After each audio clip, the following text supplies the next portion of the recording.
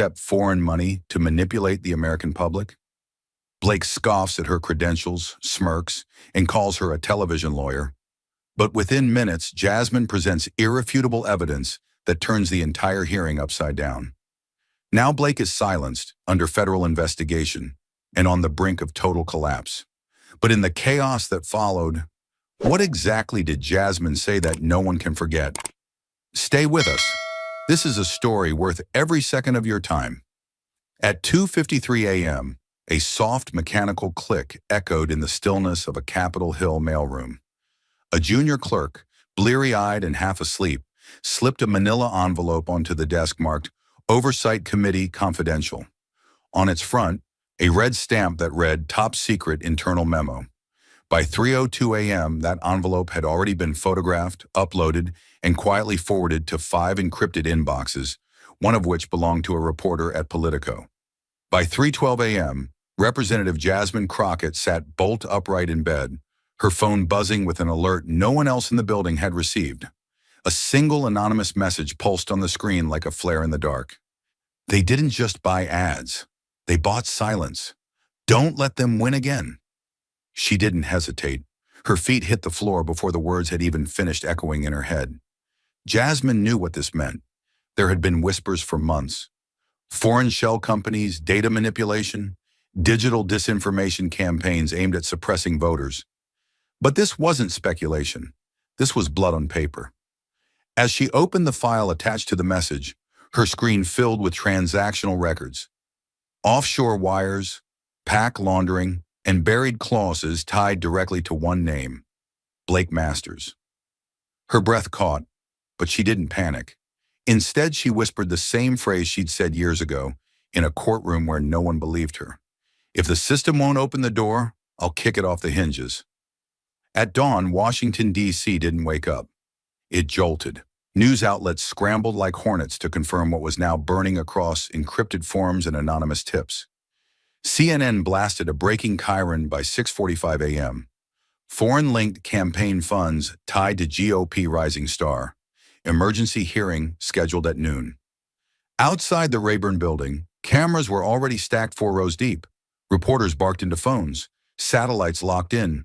Crowds swelled like a riot with no chance. Inside, aides ran corridors like veins, flinching at every vibration in their earpieces. And in a secured office upstairs, Jasmine stood at her window, arms folded, suit pressed, eyes locked on the chaos below. She wasn't scared. She was already calculating. They had the money. They had the media spin. But what they didn't have was her. Because what Jasmine Crockett had in her hands wasn't just a leak, it was evidence. And when the hearing opened, she wouldn't bring outrage or opinion. She'd bring receipts. This wasn't going to be a routine committee slap on the wrist. This was going to be a political execution. Broadcast live in high definition, with America watching every frame. The storm outside had found its silence inside. Not because the room was calm, but because every person present could feel something coiling in the air, tense and electric. Then the double doors opened. Blake Masters walked in like a man arriving not to testify, but to audition for power. His posture was too straight to be respectful, too poised to be humble. He moved like someone who believed gravity worked differently for him, that institutions bent, rooms softened, and people submitted the moment he entered. The hum of quiet voices faltered. Even the microphone seemed to pause, as if waiting for him to declare how the day would go. He didn't smile, not fully. He wore the kind of expression that said he had already won, that the questions would be minor, the answers rehearsed, and the consequences reserved for others. His suit was flawless, the kind of tailoring that told you exactly which circles he moved in without saying a word. His eyes scanned the panel with the detached precision of someone who wasn't looking for truth, but for weakness. Then he saw her, Jasmine Crockett, and he stopped walking for just a heartbeat. His smirk rose slowly, not with humor, but with the satisfaction of a man who thought he'd spotted an easy mark. And then he said it, not to the chairman, not into the microphone, but just loud enough to slice the air. I don't think a TV lawyer ranks high enough to be questioning me today. A few onlookers chuckled. The kind of laughter that doesn't come from amusement but from complicity, from knowing the power structures and feeling comfortably above them. It was the laugh of those who believe the game is fixed, and they're holding the rulebook. Blake adjusted his cuffs like he'd landed the first punch of a match he never expected to lose. But Jasmine didn't look up. She didn't flinch. Her hands moved slowly to open her notebook. Not frantically, not defensively, but with eerie composure. She clicked her pen once. Then she began writing, one stroke at a time, not jotting down thoughts, not reacting. No, she was documenting, calculating, etching the first line of what would soon become a map of destruction, carefully traced with the arrogance he had just offered her. She had no need to fire back with words. She understood something deeper. Men like Blake Masters always think they're too important to fall, right up until the moment the ground beneath them disappears. Blake adjusted his microphone with the slow, deliberate ease of a man who believed the room, and the truth, already belonged to him. He didn't ask for permission to begin. He didn't wait for the chairman's nod. He simply cleared his throat, straightened his jacket, and started talking. Not to the committee, but through them. His voice was steady, rehearsed, and disturbingly calm. "Let's be honest about what this is," he said, pausing just long enough to let the room absorb the performance. "We're not here because anyone broke a law.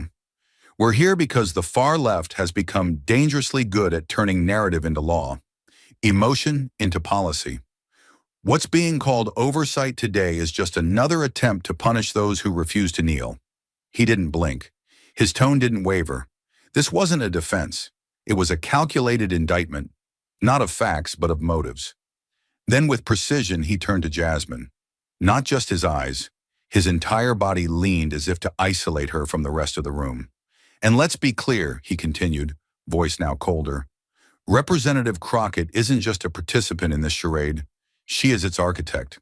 She is what happens when courtroom theatrics escape the studio and crawl into Congress." The air shifted, sharp, brittle. Blake narrowed his eyes. Then he delivered the blow he had been saving. "This is the face of a movement that no longer wants to argue with America. It wants to dismantle it from within, and she's here with the match and the gasoline." The room didn't gasp. It didn't need to. The silence that followed said more than any outcry could. It was the silence of an insult not shouted, but sharpened, honed into something personal, racial, and calculated. Reporters stiffened. Staffers lowered their eyes. A camera light clicked on, catching the exact moment Jasmine lifted her head, slowly, deliberately, as if rising out of something deeper than anger. Her expression didn't flash with outrage. There was no flinch, no rebuttal, no sharp inhale, just a pause, long enough to feel like pressure building behind a dam. Then she smiled, not big, not performative, just enough to register as clarity. The kind of smile a woman wears when she's been called every name that power can invent and still chooses not to surrender her silence too early. Her eyes didn't say, "How dare you?" They said, "You just told the world who you are, and you think that's my problem?" The camera didn't cut away. It zoomed in, because in that moment, the tension wasn't coming from the man shouting behind a podium. It was coming from the woman who hadn't said a word, and somehow already won the first round. The room had heard enough of Blake's theatrics, but what came next wasn't rebuttal. It was strategy. Jasmine didn't rise to match his volume. She rose to bury his narrative. There was no lengthy preamble, no dramatic breath, no manufactured pause for effect. Jasmine Crockett sat upright, eyes focused like a surgeon preparing for an incision, and delivered her opening line with the weight of a verdict. "Mr. Masters," she said, her voice firm but composed, "I don't care what school you went to. I care that you're spending money from men who couldn't pronounce the name of their own country if they had to say it on this floor." The words struck with a cold finality, not a punch, but a cut just deep enough to bleed without warning. Her tone wasn't theatrical. It was something worse for him, controlled, informed, and completely unimpressed. The kind of voice that doesn't ask to be believed because it already knows it's right. Before Blake could formulate a smirk, Jasmine reached down, tapped her tablet, and turned the screen behind her into a digital minefield. The room shifted. What appeared was an opinion. It was architecture. A financial trail illuminated with names, dates, and numbers. She pointed to the chart, then said clearly, "Funds flowed directly from the Thiel Foundation, were funneled into a shell entity called Liberty Future PAC, then quietly moved through Clear Horizons LLC, before finally landing in the coffers of Blake Masters' Senate campaign. Every step was annotated, every transaction documented. The lines weren't speculative. They were proof. This is the structure," she continued, her voice unwavering. "This is how influence gets scrubbed, repackaged, and laundered until it looks like democracy, when in reality it's a foreign-backed money funnel hidden under patriotic slogans and billionaire branding." She didn't yell. She didn't need to, because what she was showing wasn't a theory. It was infrastructure. Jasmine tapped the screen again, and it changed. Now a line-by-line expenditure list. AI-generated border crime ads, deepfake clips designed to stoke fear in swing states, psychological targeting focused on Black voters, Latino voters, and first-time registrants. Each slide accompanied by a receipt, a timestamp, a signature. There was no confusion in the room anymore. No chuckles, no whispers. Even the partisans on Blake's side sat rigid, their faces caught somewhere between disbelief and calculation. Blake, for the first time, wasn't posturing. He was processing. His jaw tightened, his hands tensed slightly where they rested on the desk. Jasmine saw it, and she let the silence linger. Not to gloat, but because the facts were speaking louder than any insult ever could. This wasn't just about money. It was about how easily truth could be bought, bent, and broadcast, and how rare it was to see someone bring all the pieces back together, live under oath, in full public view. Jasmine didn't just expose a funding trail. She exposed a belief. The belief that men like Blake Masters could rig the system and count on no one ever tracing it back. Until now, until her. But Jasmine wasn't finished. The architecture of influence had been revealed. Now it was time to show what pulsed through its veins. Money. Real, dirty, documented money. She tapped her screen again, and the next slide clicked into place like the loading of a chamber. No graphs this time, no theories, just an image, grainy at first, then sharply focused. It was a wire transfer receipt, blown up across the hearing room's central display, the kind of document no one wants to see outside a sealed courtroom. Jasmine stepped aside so everyone had a clear view. At the top, a company name, New Liberty Tech LLC. Below it, the issuing bank based in Dubai. The line item read, Consulting U.S. Media Strategy. The amount, $275,000. The recipient, a political consulting firm known to work exclusively with Blake Masters' Super PAC. Date of transfer, 10 days before the first wave of AI-generated crime panic ads hit battleground states. She didn't narrate the slide with fanfare. She let it sit. Heavy, factual, self-evident. The sound of air conditioning and shifting chairs was suddenly louder than anything said out loud. Then, like someone trying to laugh off a grenade, Blake leaned back slightly and gave a short, derisive chuckle. "This is absurd," he muttered, shaking his head, the smirk faltering just a little at the edges. He looked around, hoping for backup. A friendly face, a cue to signal this was all theater. But none came. Even his side of the aisle had gone still. "Ridiculous," he added under his breath. That's when Jasmine turned to face him fully. Not with fire, not with performance, with something far more unsettling. Precision.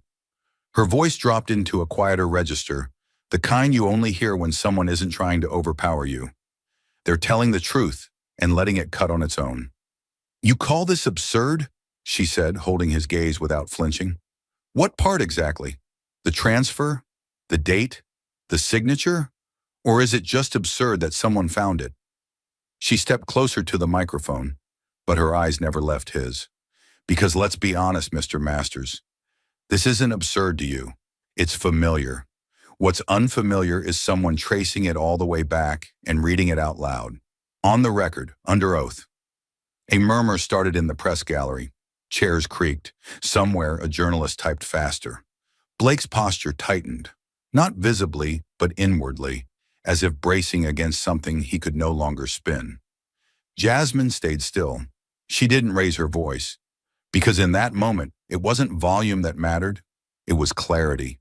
And every person in that room, including Blake, understood one thing. She didn't just bring evidence, she brought the one thing men like him never expect: consequences. The receipt had pierced the skin, but what came next, what Jasmine pulled from the lining of her blazer, was designed to go deeper, because money could be dismissed as politics. But motive? Motive leaves no place to hide. Jasmine's movements were slow, deliberate, and unnervingly calm. She didn't speak. She didn't glance at her notes. She reached inside her blazer, her fingers closing around a small, brushed silver object. No bigger than a finger, but heavier than it looked. She pulled it out and held it in her palm for half a second. It glinted beneath the fluorescent lights like something sacred or cursed, depending on who was watching. Then, without flourish, she laid it on the committee table, directly in the center, metal against wood, the way a prosecutor might place a bullet casing in front of a jury. You could hear the breath catch in a few throats. No one asked what it was. They didn't need to.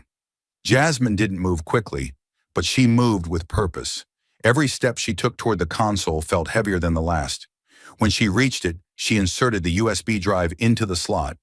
The screen behind her blinked once, then again, and then it came to life with a pulse of light that seemed to steal the oxygen from the room.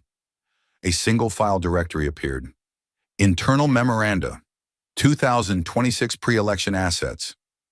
She selected a folder. Inside it, 4 subfolders. 3 remained untouched. She opened the 4th, Fear Campaign, Messaging Strategy. The title alone caused a visible shift across the dais. Posture straightened, jaws clenched. Laptops in front of aides stopped clicking. Reporters glanced at each other as if to confirm they weren't the only ones feeling it.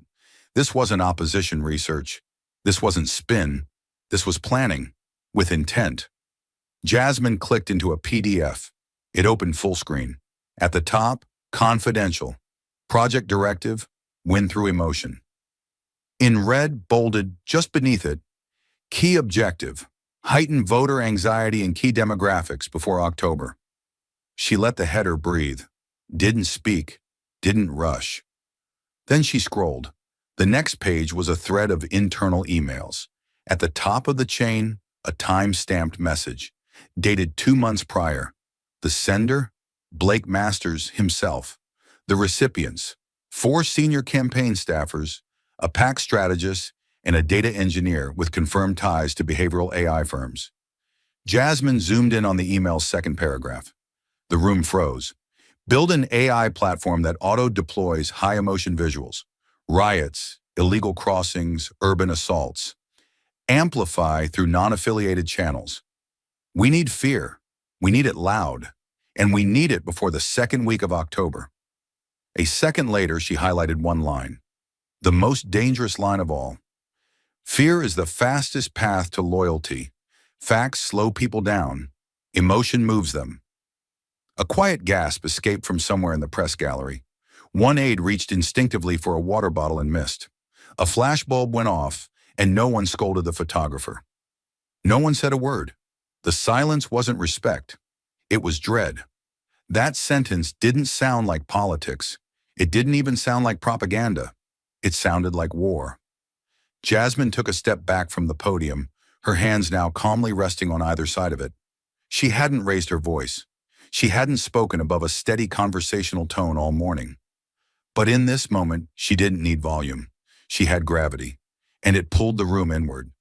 No one on Blake's side of the aisle said a word, but one congressman, a Republican from Ohio, began to shift forward slightly. He opened his mouth either to protest or to object or to change the subject.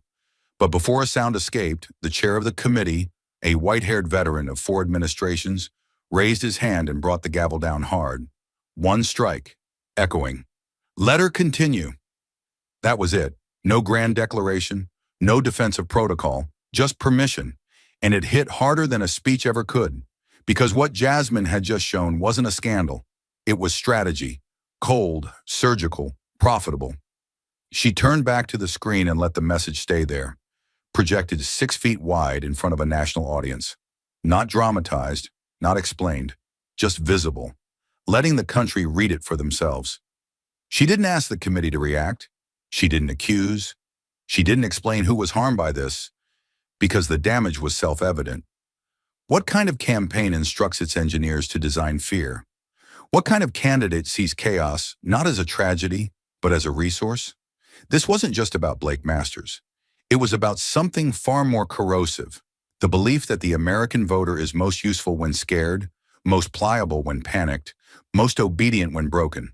Jasmine let that reality settle into the room like dust after an explosion. And then, only then, did she speak. Her voice was quiet, clear. She wasn't looking at the screen anymore. She was looking at Blake.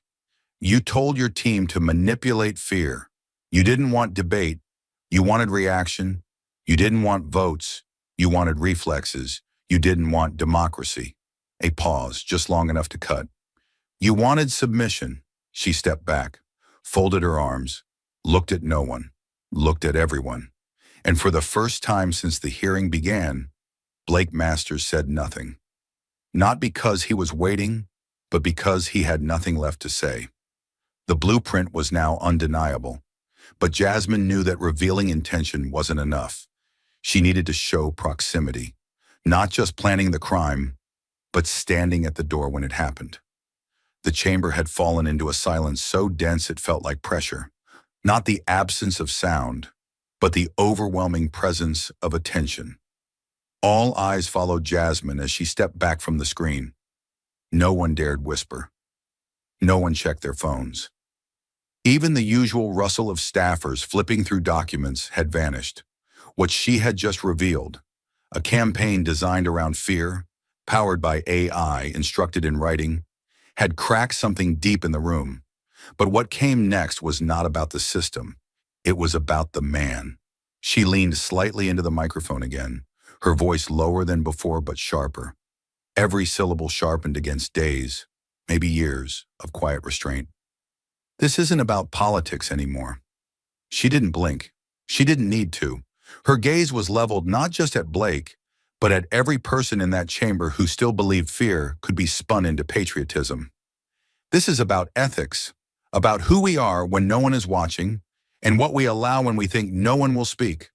Her hand moved gently, almost imperceptibly, to tap the console in front of her. A flicker appeared on the screen. The clean white interface of a surveillance system replaced the previous slides. The image was simple, diamond soys but unmistakably real. When a campaign builds AI to manipulate fear, not inform, when it engineers panic instead of policy, that isn't outreach, she said. Her voice didn't rise. It didn't need to. It carried like truth. Unadorned, heavy, impossible to duck. That's psychological warfare. She let the words sit in the room, where no one dared push them aside. Jasmine stepped aside so the screen was fully visible again, her presence never breaking the rhythm of what was unfolding.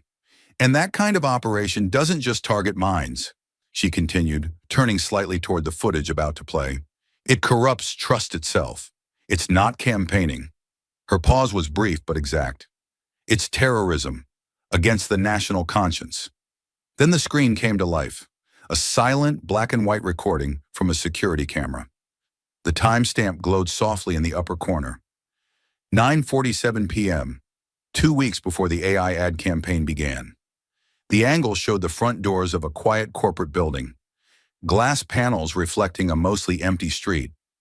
Inside, dim overhead lights gave off just enough visibility.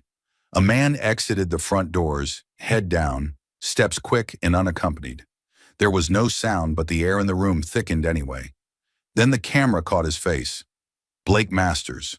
No campaign badge, no staff, no car in sight until a black SUV pulled up to the curb, its rear door opening before he even reached it. He turned once. A glance, fast, reflexive. Then he stepped in. The door closed. The car pulled away. Jasmine tapped again.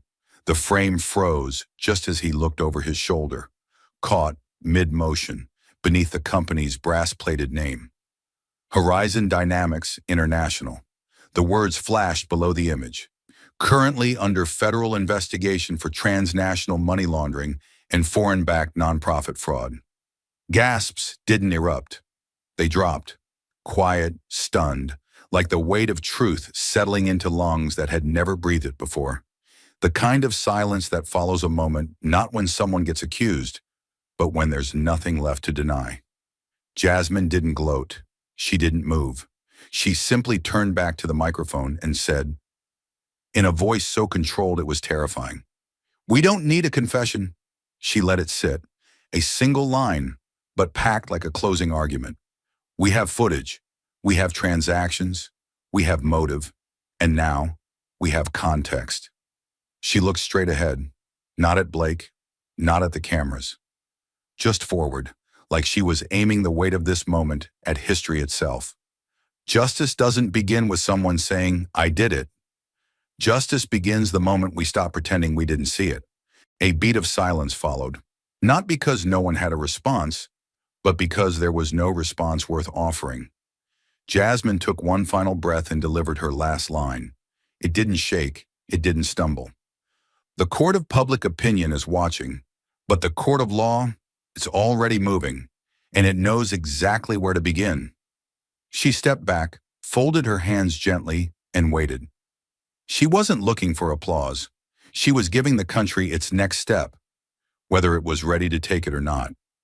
Jasmine's final line landed like a dropped gavel, blunt, echoing, and impossible to ignore.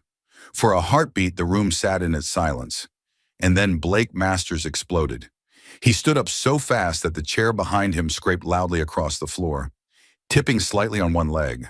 The noise alone jolted the front row. His hands were already clenched, jaw locked, and voice raised before the heat in his chest had a place to go. I will not sit here and be lectured by some left-wing lawyer putting on a morality show. He didn't shout it so much as throw it. The words came out raw and jagged, less like argument and more like instinct, like a man who suddenly saw the walls tightening and thought sheer volume might punch a hole through them. His face was flushed now, not stage-ready frustration, but something uncontrolled, unfiltered. The kind of rage that doesn't need a microphone to be heard. He wasn't looking at Jasmine anymore. He was pacing slightly, eyes darting toward the cameras, toward the committee members, searching for someone, anyone, who might still offer him cover. But no one moved. No one echoed him. A few on his side lowered their eyes. One staffer behind him froze mid-keystroke, lips pressed into a straight line. The weight in the room had shifted, and Blake could feel it, like standing on a stage that was suddenly made of glass. Jasmine didn't look up. Not even once. She didn't flinch. Didn't blink. While Blake flailed, she moved with eerie calm. Her hands slid across the table, opened her laptop, and with two precise taps, the final video filled the screen behind her. There was no sound at first, just dim lighting, and the grain of a phone camera zoomed in from across a lavish private dining room. A wine glass shimmered under a chandelier. You could hear clinking silverware, low murmurs, occasional laughter. The soundtrack of wealth at rest. The kind of room where people speak freely because they believe no one who matters will ever hear them. Then the image focused. Blake stood at the end of a long table, one hand in his pocket, the other holding a glass. His expression was relaxed, confident, but his voice, even through the grain and distance, carried with that unmistakable clarity of someone who assumed everyone agreed with him. If they don't know the difference between right and wrong, he said, smirking as a few men in suits chuckled around him, then maybe they don't deserve to vote at all. The impact was instant. The oxygen seemed to vanish from the chamber. The footage had no dramatics, no music, no overlays, just those words dropped like stones into a still lake, and the ripples were immediate. One woman in the press gallery gasped audibly. A committee staffer turned to whisper something, then thought better of it. Jasmine didn't move. She didn't speak. She didn't need to. Blake Masters had just sentenced himself. The room was still absorbing it when chaos broke. A congressman from the Republican side, flushed, eyes wide, shot up from his chair, shouting across the room in raw panic. "This is political espionage," he barked, voice cracking at the edges. "This is entrapment. This hearing is compromised." He wasn't speaking to Jasmine. He was speaking at her, trying to seize back control from the storm she had brought in. But the words rang hollow, defensive, like trying to put out a fire with smoke. Jasmine didn't flinch. She didn't even look in his direction.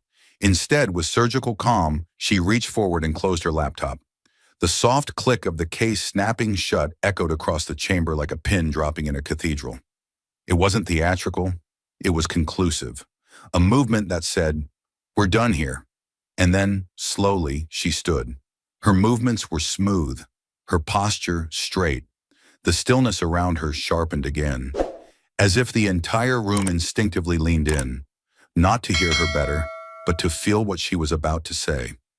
She met Blake's eyes, finally, not with fire, not with contempt, but with something that weighed far heavier, certainty. Her voice was steady, unshaken, sharper than the silence it cut through. "Not espionage." She said it like a correction, not a defense. "Evidence." Just one word. But it did what shouting never could. It landed. She took one step forward, not toward Blake, but into the center of the storm she had calmly, carefully engineered. She wasn't asking the room to believe her anymore. She had already proven her case. She was simply stating the conclusion. And justice doesn't come with a privileged tier for the wealthy. No reaction, no immediate rebuttal. Because for once, everyone in that room, and everyone watching across the country, knew exactly what they had seen, and there was no one seeing it. The evidence alone should have been enough. The footage, the money trail, the quotes. But sometimes the final blow doesn't come from the outside. Sometimes it walks in from the shadows and turns on its own. The room was still smoldering from Jasmine's last words when the double doors at the back creaked open. Not loudly, but just enough to break the tension. Heads turned. Security stiffened. A few aides whispered, confused, as a man in a simple dark blazer stepped inside, holding a folded letter in one hand, a subpoena in the other.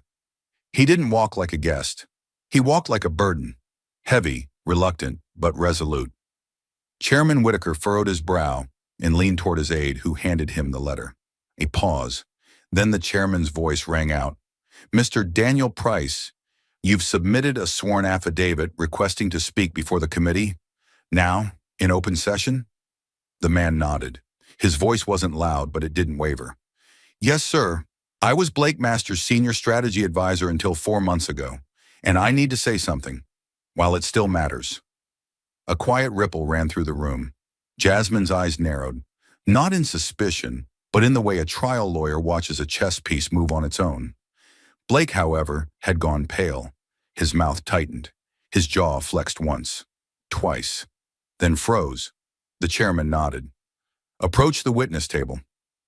Daniel sat down, adjusted the mic, and looked directly into the center of the chamber. "I was in the room when the offshore funding was approved. I was in the room when we massed it through Horizon Dynamics and rerouted it into domestic PAC structures. And Blake?" He exhaled. Blake knew exactly where it came from. No one moved. The words were spoken plainly, without drama, but they cracked like a whip across the room. "He didn't just know," Daniel continued. "He authorized the comm strategy built on that money, the one you just saw Ms. Crockett present. He signed off on the fear targeting, on the I panic ads, all of it." Blake leaned forward in his seat slightly, eyes wide. He looked like a man who wasn't sure if he was watching a betrayal or a confession. Maybe both. Daniel hesitated, just for a second, then glanced down at a worn note card he'd pulled from his pocket. And on October 4th, in a closed planning meeting with senior campaign staff, he said the following: "If Crockett keeps digging, I'm going to have to do something I don't want to do." A collective inhale swept the chamber like wind through a canyon. No one spoke. No one dared. The words were simple, but they dripped with implication. The tone, the threat behind it, didn't need to be explained. Everyone in the room understood what it meant to say something like that when you thought no one was listening. Daniel looked up again. His face wasn't smug. It wasn't self-righteous. It looked like a man who had finally, painfully, decided to stop lying. I don't know what he meant, but I know how he said it, and I know we all went quiet when he did. On the other side of the dais, a Republican senator fumbled for his water, then put it down without drinking. Another scribbled something on a legal pad and tore the page off faster than necessary.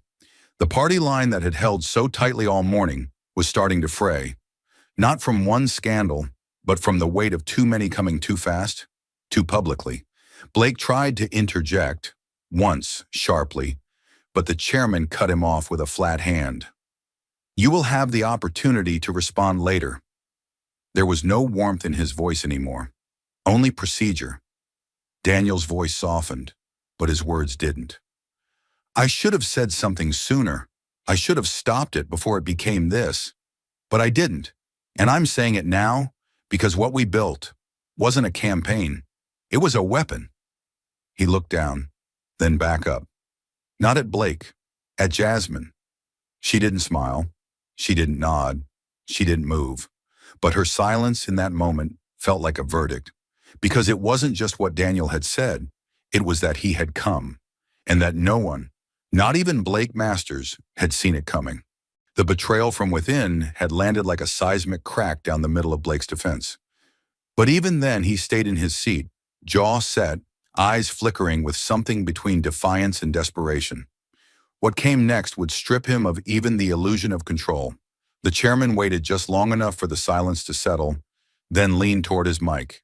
His tone was clipped, not emotional, not indulgent, but firm in the way someone sounds when a decision has already been made. "Mr. Masters," he said, pausing only to let the name land in the stillness. "Given the current disclosures and the credible testimony introduced in open session, this committee now considers your presence disruptive to the integrity of the proceedings."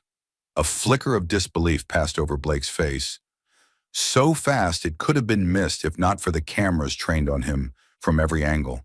He shifted in his chair but didn't speak. "Not yet," the chairman continued. "Until we've had time to deliberate on the next procedural steps, you are instructed to leave the chamber." There was no vote, no debate, no sidebar huddle, just the quiet authority of a gavel not yet struck. Blake blinked twice, slowly, his lips parted, perhaps to object, to reclaim the narrative, to spin a final sentence that might still make tomorrow's headlines. But nothing came. His hands moved instead. First to the microphone clipped to his lapel. He fumbled with it. Then he yanked it off, too roughly, causing a crack of static that bounced off the marble walls. The sound startled no one. A split second later, every major cable news network cut to live coverage. C-SPAN, CNN, Fox, MSNBC. Split screens showed the moment from different angles. One wide, one tight, one capturing the detail of his jaw tightening as he stood. Blake rose slowly. He didn't look at Jasmine. He didn't look at the chairman. He looked straight ahead, not at anyone, but toward the wall, as though the air itself might offer him an exit that wasn't covered in disgrace. The straps of his chair squeaked as it reset without him. His footsteps, previously confident and theatrical, now sounded dull and heavy against the polished floor. He didn't say a word, but the way he walked out, stiff, too upright, arms swinging just slightly too much, screamed louder than any protest could. This wasn't a man exiting on his own terms. This was a man being removed. The doors didn't slam behind him. They clicked, softly. The kind of click that ends more than a moment. It ends a chapter. The room exhaled, not in relief, in recognition. The cameras remained on. The world kept watching, but no one filled the space he left behind. His seat stayed empty. His nameplate sat untouched. And Jasmine, she didn't flinch. She hadn't smiled. She hadn't celebrated. Not once since the hearing began. Not even now. There was no satisfaction in watching a man walk out because he'd been cornered by truth. For her, this wasn't victory. This was consequence. She stood slowly, not to address the room, not to wave or raise a fist or claim the moment. She simply reached down and closed her laptop with a soft, deliberate motion. A single movement that felt like the closing of a case, a door, a history. The sound of the latch clicking shut echoed faintly. Someone shifted in the gallery. A reporter reached for their pen but didn't write. Jasmine looked down for a moment, not in shame, in composure, in clarity. Then she straightened her blazer, picked up her notes, and turned to face the dais. She gave a single nod to the chairman. No words, just acknowledgement. Then she turned to the room. Not the people inside it, but the space itself. The wood, the lights, the cameras, the centuries of precedent that had too often been used to shield the powerful rather than confront them. And she bowed. Not deeply, not dramatically. Just enough to be unmistakable. A gesture not of humility, but of respect. Not for the men who had dismissed her, but for the process she had fought to reclaim. And then, in utter silence, she walked down the aisle. The microphones didn't follow her. The gallery didn't erupt. The moment didn't demand noise, because the silence was the story. The silence of a man walking out, not in power, but in disgrace. The silence of a woman walking out, not in triumph, but in truth. The silence that follows a reckoning so complete, it no longer needs explanation. As she passed the rows of spectators, some stood instinctively, not to applaud, but because they didn't know what else to do. A veteran on the left, white-haired, arms crossed tightly over his chest, gave her a small nod. A young intern on the right held back tears. A reporter near the back lowered her camera and simply watched. Jasmine never looked away. She kept her eyes forward, her steps even, her expression unchanged. It wasn't pride, it wasn't vengeance. It was the walk of someone who had carried a burden to the very end of the road and laid it down, not in front of a judge, but in front of the country. Outside the chamber, the press surged. Dozens of reporters called her name. Flashes went off like thunder, but Jasmine didn't stop. She didn't answer a single question. Her staff flanked her, but said nothing. There was no prepared statement, no victory lap, just the sound of heels on marble and the nation breathing in the fallout of what it had just seen. Inside, the hearing room remained eerily still. Blake's chair sat empty, and the sound that followed, the final sound, was not outrage. It was reverence for the truth and the quiet it leaves behind when it finally, irrevocably, arrives. Outside, the wind had picked up. The Capitol dome towered silently behind her. Jasmine had just walked out of the most consequential hearing of her career. Not as a victor, but as a witness to power finally cracking. And yet, even then, she didn't look back. She moved swiftly down the stone steps, flanked by aides who were unusually quiet. Cameras flashed from every angle, but none of the reporters shouted her name this time. There was a stillness in their presence. Reverent, almost stunned, like they knew that whatever just happened inside wasn't over, but had shifted into something they hadn't learned how to narrate yet. Jasmine's expression remained calm, focused. Her shoulders didn't sag. Her stride didn't slow. She didn't check her phone, didn't glance at the cameras, didn't look to her staff for validation. The hearing might have ended, but the cost of it was still settling into her bones. There was no adrenaline rush, no dopamine high. Only the gravity of what truth feels like after it has scorched everything false in its path. And then, a voice, breathless, young, cutting through the air like it didn't ask for permission to be there. "Congresswoman Crockett, wait." She paused just for a second, then turned. A young white man, early 20s, hair slightly unkempt, a university lanyard swinging from his neck, was jogging toward her. He wasn't a reporter. He wasn't holding a mic. Just a phone in one hand, his voice still catching up to his breath. When he stopped in front of her, he didn't shove the phone in her face. He didn't ask for a quote. He just looked at her with something raw in his expression. Something that hadn't hardened into ideology yet. Something that still felt like awe. "You didn't just take him on," he said, eyes wide. "You taught the entire country how to look at the truth again." She said nothing at first, just met his eyes. There was no need for a smile, no need to say thank you. The moment didn't need to be polished. It just needed to be real. And it was. That one sentence, unrehearsed, unrehearsable, said everything the pundits in their studios wouldn't know how to capture tonight. She gave him a slow nod, one of respect, not authority, and then just as quietly, She turned and kept walking. But he stood still, not frozen, just watching. And within seconds, he raised his phone. Not for a selfie, but to write. And what he wrote traveled faster than the sound of any gavel. She brought receipts. The tweet appeared at 1:12 p.m. Within 5 minutes, it was trending across Washington.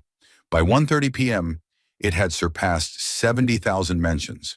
The phrase appeared above clips of Jasmine holding up the USB drive, of the flow chart revealing money funneled from foreign sources, of her final line before leaving the chamber.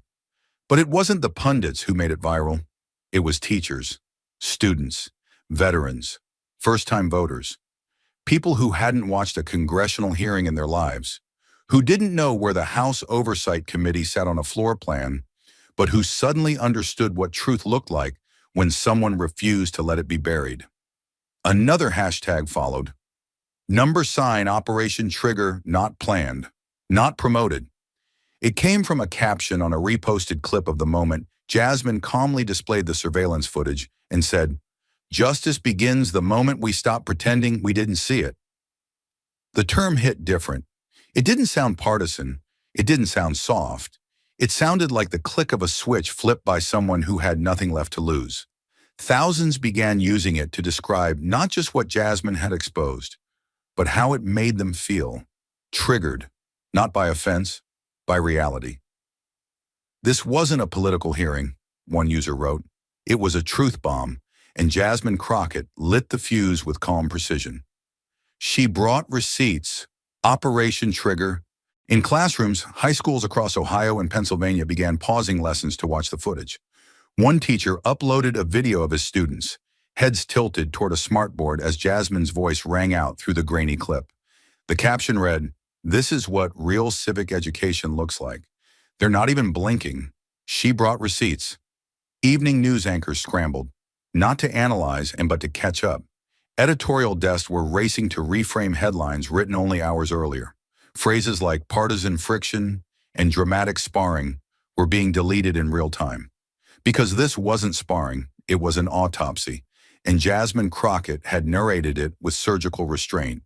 The hashtags were still climbing, the network still replaying Jasmine's final line. But inside federal buildings across Washington, something far more permanent than trending attention had already begun to move. At exactly 3:42 p.m., the Federal Election Commission issued a sealed notification to Blake Masters' legal team, marked Urgent Immediate Response Requested. Less than an hour later, the Department of Justice followed with a formal inquiry notice of its own. Two agencies, separate mandates, separate jurisdictions, now converging on the same man from opposite ends of the system. Not because they planned to, but because they had no choice anymore. Inside the FEC headquarters on East Street Northwest, a small team of compliance attorneys gathered around a conference table, their screens filled with diagrams Jasmine had unveiled live on air only hours earlier. The money trail, once fragmented across PACs and shell companies, was now triangulated, clean, damning, and broadcast in HD. One attorney, a mid-level investigator with a reputation for catching what others missed, pointed to the Dubai transfer with a pen and muttered, "That's not just a violation, that's a disqualifier." Meanwhile, just 5 blocks away, within the criminal division of the DOJ, prosecutors were watching the same footage on loop. Not the graphics, but the language. Blake's voice at that fundraising dinner, his words. If they don't know the difference between right and wrong, then maybe they don't deserve to vote at all. And the more devastating one, captured in Daniel Price's testimony, "If Crockett keeps digging, I'm going to have to do something I don't want to do." They weren't just unethical, they were actionable. By nightfall, Blake's campaign attorney was on every call imaginable. FEC, DOJ, private crisis counsel, digital reputation firms, trying to figure out where the floor had gone. But there was no floor, not anymore. Because what Jasmine had laid bare wasn't just embarrassing, it was illegal. And more than that, it was provable. The next morning, Blake Masters was trending again. Not for a rebuttal, not for a press appearance, but for what was now officially underway, a dual-track investigation into election finance violations, foreign influence acceptance, and intentional misrepresentation to federal regulators. By 10:12 a.m., the FEC had opened a full audit into his 2026 Senate campaign. Every contribution above $10,000 flagged. Every vendor linked to a PAC was being subpoenaed. The term foreign interference was no longer whispered. It was printed in black letters on white envelopes delivered by hand to his counsel. That same hour, the DOJ's Public Integrity Section issued a formal request to freeze all digital communications from Blake's PAC servers. Cloud storage, email servers, Slack logs, metadata, not to seize yet, but to preserve. The language was cautious, but the intent was not. And by noon, legal analysts across the country were saying the part no one had dared say the day before. Blake Masters could be disqualified from holding public office. Not suspended, not reprimanded, permanently disqualified. By late afternoon outside Blake's campaign headquarters in Phoenix, local reporters stood in front of shuttered windows and unanswered phones. No press conference, no new statement. Just a building that had once pulsed with donors and interns and now stood still, like a prop left behind after the scene had ended. Inside, aides deleted Slack threads. Legal teams argued over which communications were protected. Staffers, some of whom had stood next to Blake during his early announcement speeches, now looked at each other with the kind of distance that only self-preservation can create. And Blake? He was nowhere to be seen. His home, previously a hub of power brunches and weekend strategizing, was quiet. Black SUV parked outside, curtains drawn, no movements, no flags, just stillness, because there was no spin left. No statement would undo the footage. No op-ed would erase the wire receipts. No deflection could unplay the moment he said the words out loud. At 3:01 p.m., MSNBC ran a breaking segment titled, "Unfit for Office, Can Masters Be Barred from Federal Elections?" Within 15 minutes, CNN released a sourced piece. Disqualification clause in FEC Code 31,121 could apply to Masters' case. The legal community was split only on timeline, not outcome. The evidence had already outrun the politics. Even longtime Republican strategist Dan Morris, a man known for defending party figures under scandal, appeared on a live panel and after 30 seconds of visibly strained silence, said quietly, "I've seen a lot. I've protected a lot. But I don't see a path back for him from this." He didn't say Blake's name again for the rest of the segment. And still, Jasmine remained silent. She hadn't posted. She hadn't spoken to the press. She hadn't gone back on TV. She didn't need to, because the machine was moving now. Not on rage, not on rhetoric, but on records, on footage, on signed forms and wire receipts and emails and testimony. The empire Blake had built on arrogance and algorithms was unraveling not with a bang, but with subpoenas. And across the country, voters were watching something rare unfold: accountability, not delayed, not diffused, but demanded. At 6:47 p.m., an anonymous source within the FEC leaked the most damning internal note yet. Based on current findings, Masters knowingly accepted foreign-linked contributions in direct violation of Title 52, Chapter 3121, Subsection A. Staff recommends immediate review of eligibility for future candidacy under Section 3121BA. Translation: permanent disqualification. The kind of ruling that ends careers, erases ambitions, reduces once rising stars into footnotes of corruption. And though it would take weeks, maybe months, for the formal ruling to land, the court of public credibility had already delivered its verdict. By the time the sun set on the second day, the narrative was no longer about Blake. It was about the system he tried to game, and the woman who calmly, methodically, made sure the country saw it. She didn't take a victory lap. She didn't have to, because justice, real justice, doesn't need applause. It needs consequences. And they had finally, undeniably, begun. By the third night, the hashtags had slowed. The panels had talked themselves breathless, and the investigations were fully underway. But one thing still hadn't happened. Jasmine Crockett hadn't spoken, until now. It wasn't a rally. It wasn't a press conference. It was one chair, one microphone, and one camera. Live, unedited, unfiltered.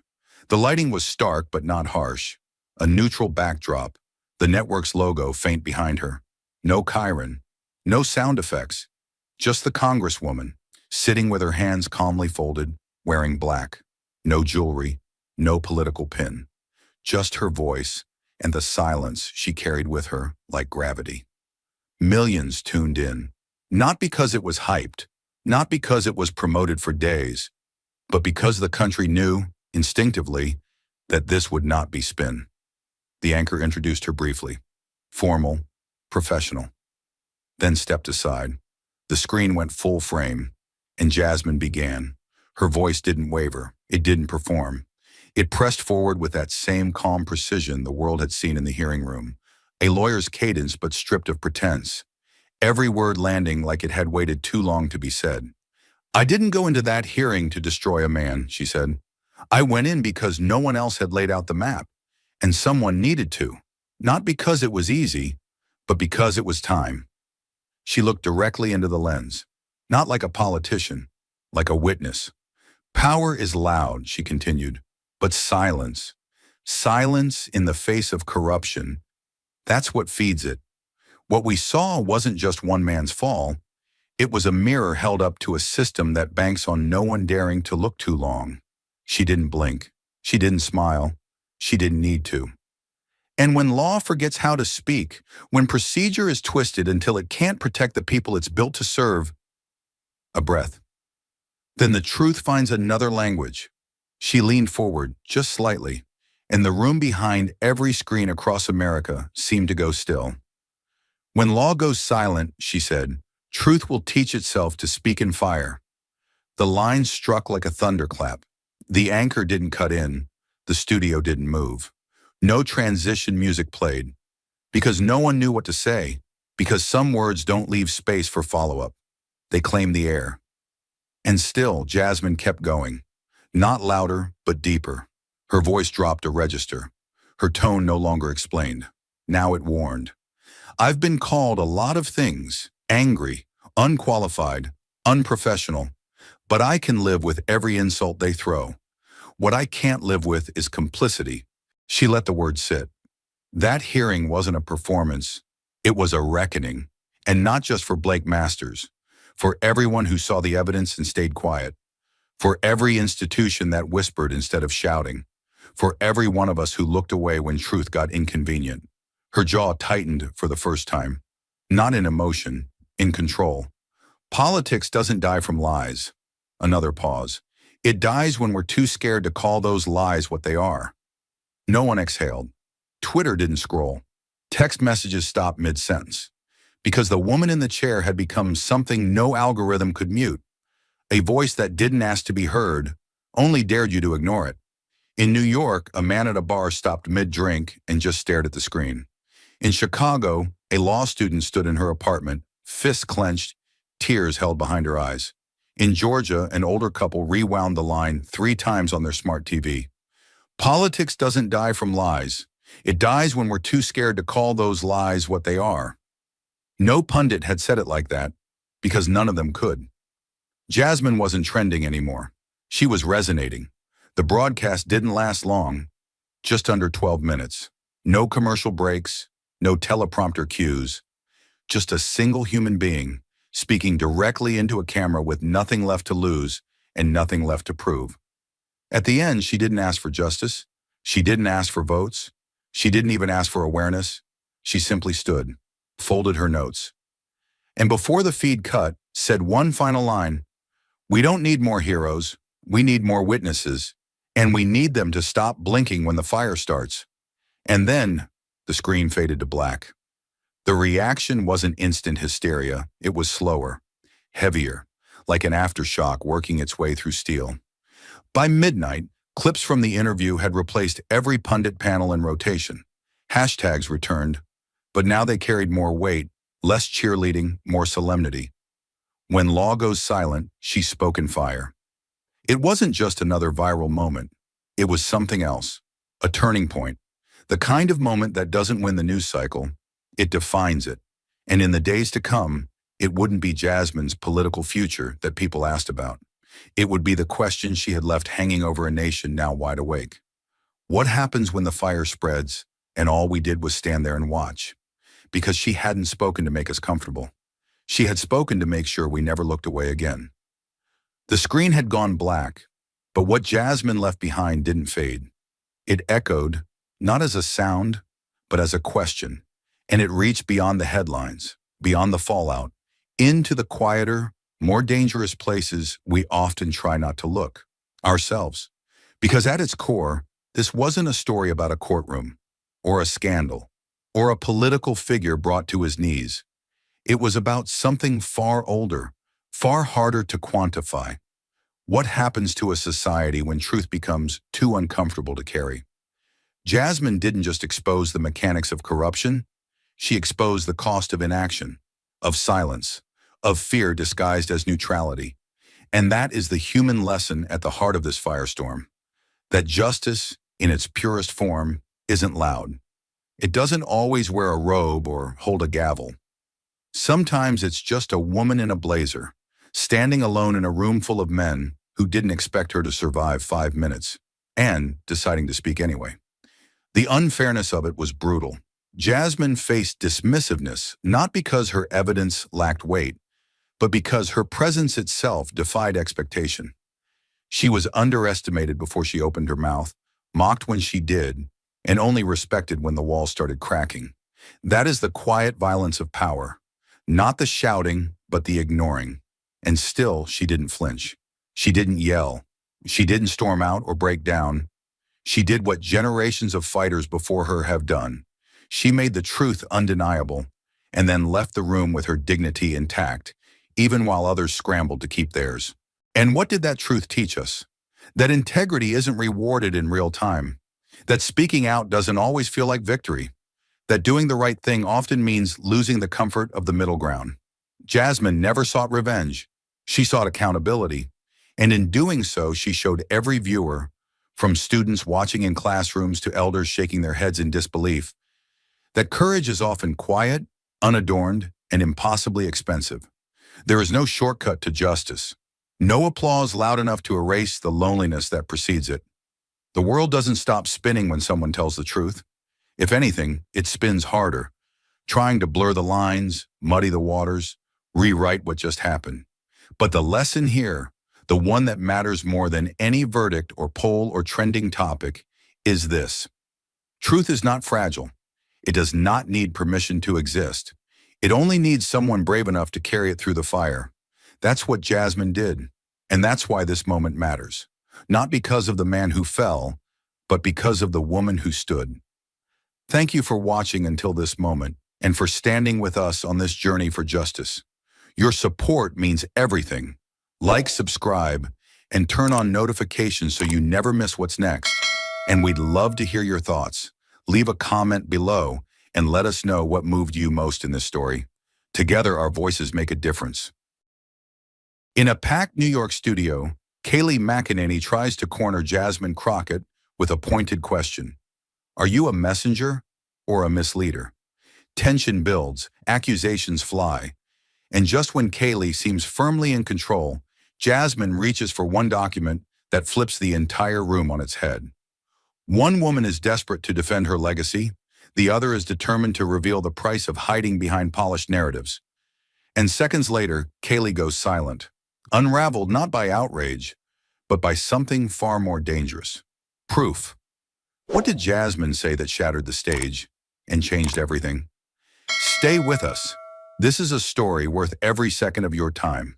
Under the harsh white lights of New York Times studios, a gleaming round table sat center stage, polished to perfection like the lies that were about to be rehearsed on it. Behind the table, an LED screen glowed with the title of the night's segment, Voices of Responsibility, Who Shapes Truth in a Crisis? The name sounded noble, like this was to be a measured academic conversation between equals.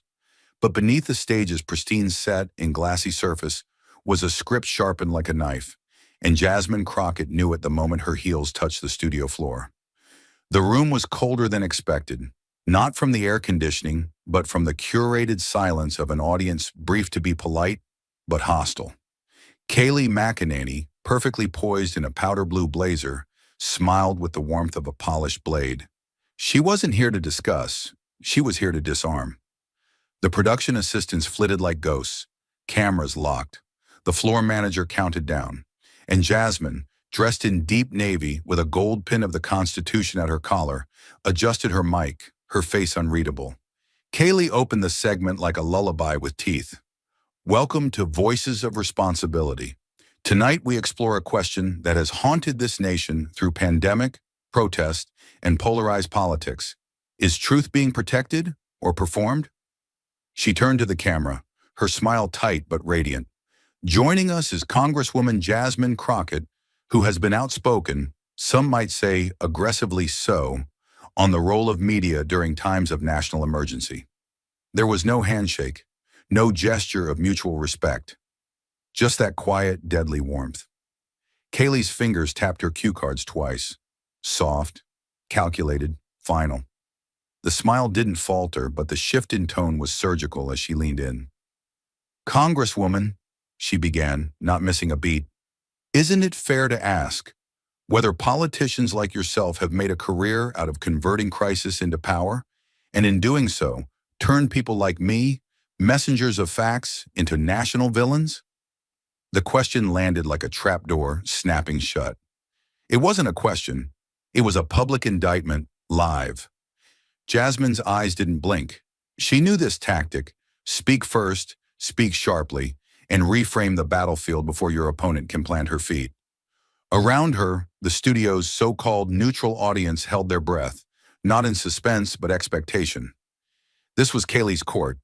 Every angle of lighting had been designed to soften her, and every decibel of sound was tuned to make dissent echo colder when it came from Jasmine's lips. But Jasmine didn't lean back. She didn't raise her voice or sharpen her jaw. Instead, she waited just half a second too long, enough to make Kayleigh's eyes twitch with anticipation, and said with a calmness that sliced through every layer of set design, "You speak of messengers and villains. I wonder which one wears more makeup." A smirk, just one, enough to break the rhythm, enough to reclaim a breath of air in a room that had been choked of it. Kayleigh's nostrils flared, almost imperceptibly, but her professional mask remained. "I'd like to remind the audience," she said, recovering, "that we're here for a conversation." "Then let's start with truth," Jasmine interrupted smoothly. "Not its performance. Its cost," the crowd murmured. It was subtle, but Jasmine had found a crack in the stage Kayleigh had built, and all it had taken was one refusal: not to play nice, not to apologize, not to pretend the premise of the conversation was ever neutral. From that moment forward, it was no longer an interview. It was a battlefront dressed as a Q&A, and Jasmine Crockett wasn't here to parry. She was here to bury the script. The room hadn't yet exhaled from Jasmine's quiet defiance when Kayleigh struck again, this time not with facts, but with something far more volatile: grief, carefully curated and presented like evidence in a court where emotion would overrule logic. Without breaking eye contact with the camera, Kayleigh reached beneath the desk and retrieved a thin, silver tablet. Her movements were smooth, controlled, like someone rehearsed in the rhythm of televised persuasion. A single swipe of her finger triggered the large screen behind them. It faded from the program's neutral backdrop into a sharp black slide with white block text: "Vaccine deaths, what they're not telling you." The studio dimmed subtly, the lighting shifting from neutral to mournful. Beneath the title, names began to roll, hundreds, maybe thousands, some accompanied by softly dissolving photographs. Toddlers in Halloween costumes, young men in military uniforms, elderly couples on porch swings. Kayleigh's voice softened, taking on a somber edge. "These are not numbers," she said, letting the words hang in the cold air. "These are sons, daughters, husbands, friends, Americans who trusted what they were told." She glanced toward the screen, as if genuinely moved. "And now they're gone." Her voice dropped another octave, calculated to mimic compassion, but sharpened by the question she had been waiting to fire. Turning back to Jasmine, she leaned forward just enough to make the moment feel intimate and dangerous. "Congresswoman Crockett," she said, "do you have the courage to look into the eyes of those families, the ones who buried children after trusting that shot, and tell them they were wrong, that their grief is misplaced, that their loved ones didn't die because of what you defended?" The question struck like an open-handed slap. There was no context, no citations, no acknowledgement that the list behind her was unverifiable and unreviewed by any independent body. Just pain, repackaged as proof and hurled like a spear. The audience froze, not because they agreed, but because they had been emotionally cornered. Even those skeptical of the data instinctively recoiled, not from Jasmine's silence, but from the impossible position Kaylee had put her in. To challenge the list was to seem cold. To accept it was to validate propaganda. It wasn't a question, it was a trap. And it had been planned, rehearsed, and timed to detonate right there on live television. The air in the studio was thick, too thick for words, too heavy for pretense. Kylie Ho's challenge still echoed, unanswered, its cruelty cloaked in concern. Cameras zoomed in, hunting for weakness. But Jasmine didn't blink. She let the silence stretch, not as a stall, but as strategy. Then, like the still breath before thunder, she answered. Jasmine leaned slightly forward, her hands calmly folded on the table, her face neither angry nor afraid, but unshakably clear. Her voice didn't rise. It didn't need to. It carried the weight of something lived, not rehearsed. "I will never, never stand in front of a grieving parent and tell them what to feel," she said, every word deliberate, cut clean from her chest. "Their pain is real. Their loss is real. But pain and truth are not the same thing. And when we start blending them, when we let emotion dictate fact, we don't just disrespect science.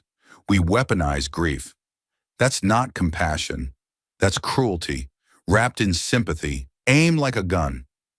Her gaze swept across the studio, not confrontational but direct, like she was speaking not to an audience, but to a country that had grown addicted to feeling overthinking.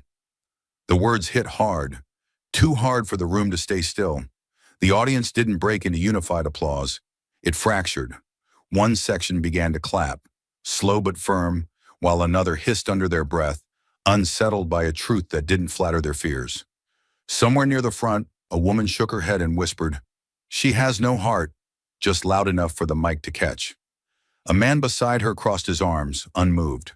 But from the back row, a nurse, still in light scrubs and hospital badge, nodded once, her face unreadable, but her eyes suddenly wet. Jasmine didn't react. She didn't need to. She had said exactly what needed saying, in the exact tone it demanded, measured, anchored, and impossible to spin without sounding dishonest. She wasn't appealing to emotion. She was challenging its misuse. And in a space that had been designed to trap her in someone else's narrative, she had just redrawn the lines. The air hadn't cleared, but Jasmine didn't wait for it to. She leaned in again, not to explain, not to plead, but to press. Calmly, methodically, as if peeling away a mask that had stayed on too long. Her tone didn't change. It didn't need to. But her words did, no longer defensive, now deliberate and razor-sharp. "Kaylee," Jasmine said, fixing her with a gaze that neither challenged nor accused. It simply expected an answer. During a segment of Outnumbered on Fox News, June 17th, 2021, you quoted an article titled "The Untold Vaccine Fallout" from a blog run by a former lifestyle coach with no medical license, no scientific background, and no source citations. You presented it alongside a breaking Chiron, and you called it an important alternative perspective. The words weren't dramatic. They were factual, undeniable. That blog wasn't peer-reviewed. It wasn't affiliated with any health agency. It was flagged by multiple independent fact-checkers within 24 hours. But by then, the clip had already gone viral. Millions of views, people scared, confused, misled, and you never corrected it. She let that sit. So I'm asking you now, did you fact-check it before you aired it? Or did you decide that what it felt like was more important than whether it was true? Kaylee didn't answer right away. Her jaw tensed for half a second, just enough for trained eyes to see it. Then she straightened her posture and spoke in that calm, practiced tone reserved for crisis PR. "We reflect public concern," she said, voice smooth but thinner now, as if something in it had cracked. "Our job is to give voice to what many Americans are afraid to say."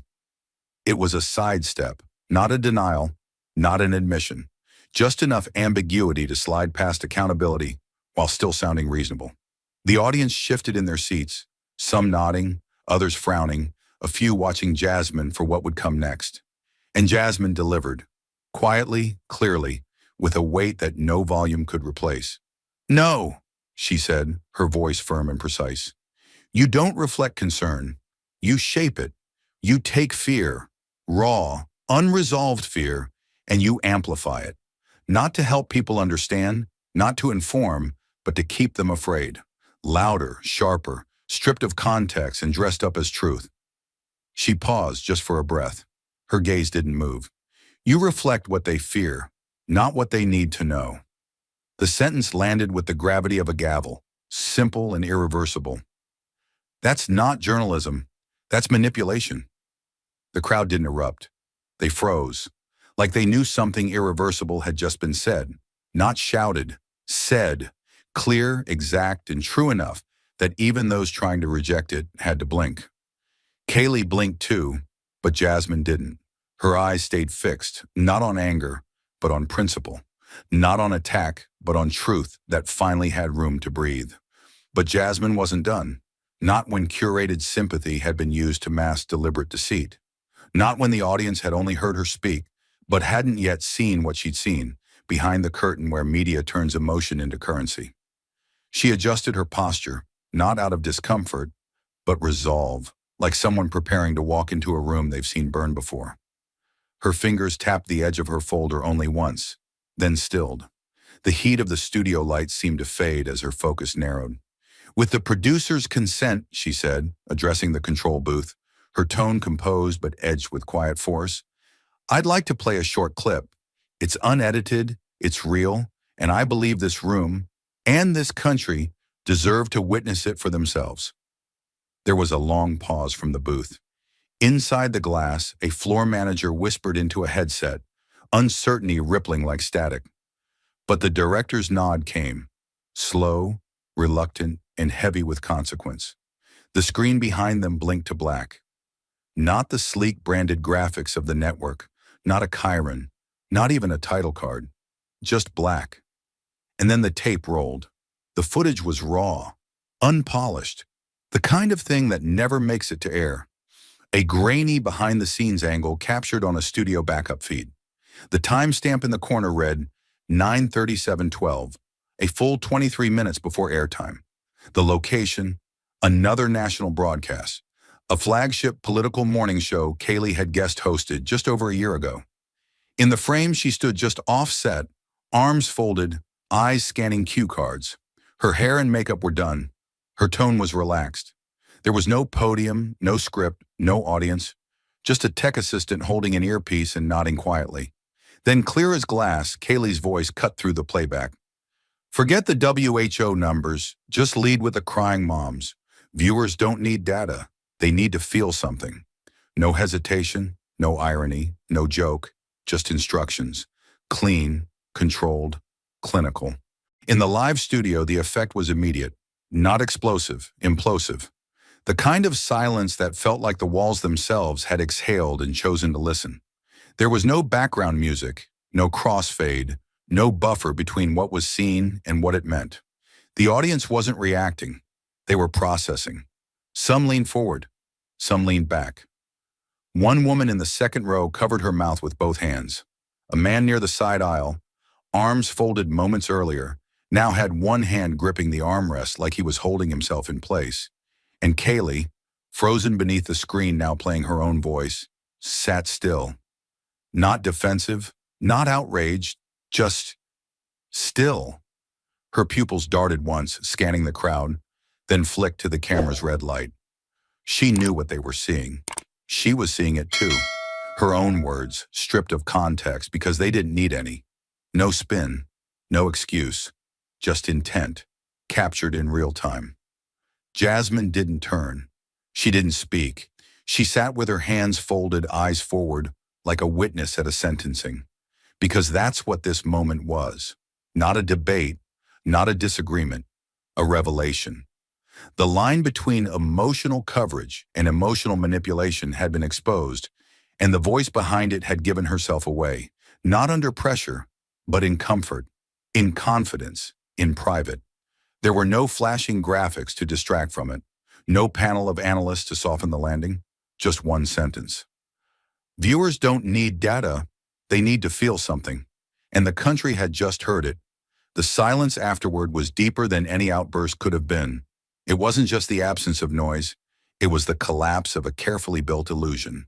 The weight of knowing that what many had suspected, that emotion was being marketed, that tragedy was being staged, was no longer theory. It was on screen, documented, played back for all to see. And still, Jasmine said nothing, because nothing she could say would hit harder than what had just echoed across that studio. Not accusation, not spin, proof. The silence from the video still hung in the air, raw and undeniable. But it hadn't even cooled before Kaylee did what people always do when the mask slips in public. She reached, quickly, for doubt. She shifted forward in her chair, spine stiff, eyes wide with the kind of urgency that only fear wears well. Her voice came fast, slightly too loud for the moment, wrapped in incredulity like armor. "That clip, it's edited," she said, her words stumbling over each other in their haste. "It's selective, out of context. That wasn't the full conversation." Her hand motioned to the screen, a practiced gesture meant to redirect the audience's gaze, not to what was true, but to what could maybe be questioned. Anyone could chop up a sentence to make it sound worse than it was. She leaned back, trying to regain the tone of control, but her face betrayed the effort. She wasn't questioning the tape. She was trying to outrun its echo. Jasmine didn't speak right away. She simply turned toward her slowly, with a quiet, almost curious smile. It wasn't the smile of someone gloating. It was the look of someone who had come prepared for this exact moment and had seen it coming long before it arrived. Her voice when it came was low and calm, but sharper than steel against glass. "We expected that," she said evenly. "We expected you'd call it manipulated, or out of context, or unfair. That's why we didn't just bring the clip." She paused, not for drama, but for precision. "We brought the full footage." She turned her head slightly, just enough to gesture with her eyes, not her hands. "And the person who filmed it is sitting in row 3, just to my right." A wave of motion swept through the room. Not loud, not chaotic, but undeniable. Eyes turned, heads pivoted. All at once, the audience looked toward the 3rd row. And there he was, a young man in a dark blazer, seated with quiet purpose, a small laminated badge clipped neatly to his lapel. "Production support, NYM Live Archives." His expression didn't change. He didn't stand. He didn't wave. He simply reached down and lifted a folder from the floor, placing it on his lap with both hands, and looked directly at the stage. Then he nodded. Once. Controlled. Clean. Final. That single motion carried more weight than any headline. It wasn't loud. It didn't need to be. Because truth, when caught on tape and backed by a witness, doesn't shout. It just stands there, impossible to move. Kaylee didn't respond. Not at first. She blinked once, twice, her gaze darting from the screen to the 3rd row, then back again, as if silently recalculating. But the damage was already done. Her defense had collapsed in real time, under the quiet confirmation of a man who had nothing to gain by lying and everything to risk by showing up. The studio was still recording. The audience was still watching. And for the first time all night, it wasn't Jasmine who looked cornered. It was Kaylee. And Jasmine? She didn't smirk. She didn't need to. She simply turned back to face the room, posture relaxed, voice steady, as if this exact moment, had been the inevitable endpoint of every spin, every distraction, every polished performance that had come before. The weight of evidence had shifted the air, but it wasn't the closing argument that broke the room. It was something far older, far heavier, Truth not spoken by a politician, but by someone who had nothing left to lose. From the center right of the audience, a single movement broke the room's stillness. A woman rose, slowly, like someone whose body was carrying something heavier than grief. She didn't raise her hand. She didn't wait for permission. Some truths don't knock. They enter like morning itself. Her frame was small, shoulders slightly hunched from age or sorrow, or both. She wore a gray sweater and black slacks, simple and worn, the kind of clothing people choose when they no longer care about appearance, but still respect the room. Her eyes were dry, but hard. Her hands, clasped at her waist, gripped each other like they were the only things keeping her upright. She cleared her throat softly, not to draw attention, but to steady her voice. "I'm sorry," she said, and even her apology sounded like a mother who'd spent too long being quiet. "But I can't sit here and listen to this without saying something." Every head turned. No one stopped her. The cameras didn't cut away. The silence invited her in. "My daughter trusted you," she said, looking directly at Kaylee. Not with rage, but with something more devastating. Clarity. She was 27, just out of grad school, smart, skeptical. But she watched your show. She liked how you talked. Said you sounded sure. Said you made her feel like maybe she didn't need to be scared. She paused just for a breath. But in that breath, you could feel 1,000 memories tightening behind her chest. Then she found a lump. Stage 1 breast cancer. Doctor said we had time. Options. He said if we acted fast, we could beat it. She was scared, but she was ready, until she wasn't. Her voice didn't rise, it got quieter, sharper. "She saw one of your broadcasts. I don't even know what the segment was supposed to be about. COVID, the vaccine, cancer, everything was jumbled together. But I remember exactly what she said when she turned off the TV. She drew in a breath. Her lips trembled, but she didn't stop. She said, 'Maybe the chemo will make it worse. They're saying vaccines wake up the bad cells. Maybe the treatments do too.' And I told her no. I begged her. I showed her studies. I took her to 2 different doctors. But she had already decided. She said her body could fight it naturally. That fear was part of control." The woman looked down briefly, just for a moment, like she was staring at a memory so vivid it still lived beneath her shoes. 4 months later, she died at home, on the couch, in her pajamas, holding my hand. No one moved. The sound techs froze. Even the studio lights felt dimmer. She raised her eyes again, and now her voice carried, not louder, just heavier, like each word weighed more than it should. "You didn't kill her, Miss Massinani. I know that. You didn't tell her to stop treatment. You didn't show up and take away her meds." Her jaw tightened. "But you made fear sound reasonable. You made confusion sound brave. You took a voice that millions trusted and you filled it with questions that weren't real, just sharp enough to cut, but never sharp enough to hold up under a microscope." And she listened. She took one slow step forward, not toward the stage, just into the center of the aisle, where the lights caught her in full. "You didn't kill my daughter," she said again, more softly this time. "But you pulled the curtain in the wrong direction. She needed light, and you turned her toward the shadow. She followed it, and I buried her in spring." She didn't cry. She didn't collapse. She stood perfectly still, as if the act of standing there was the last thing she could offer her daughter.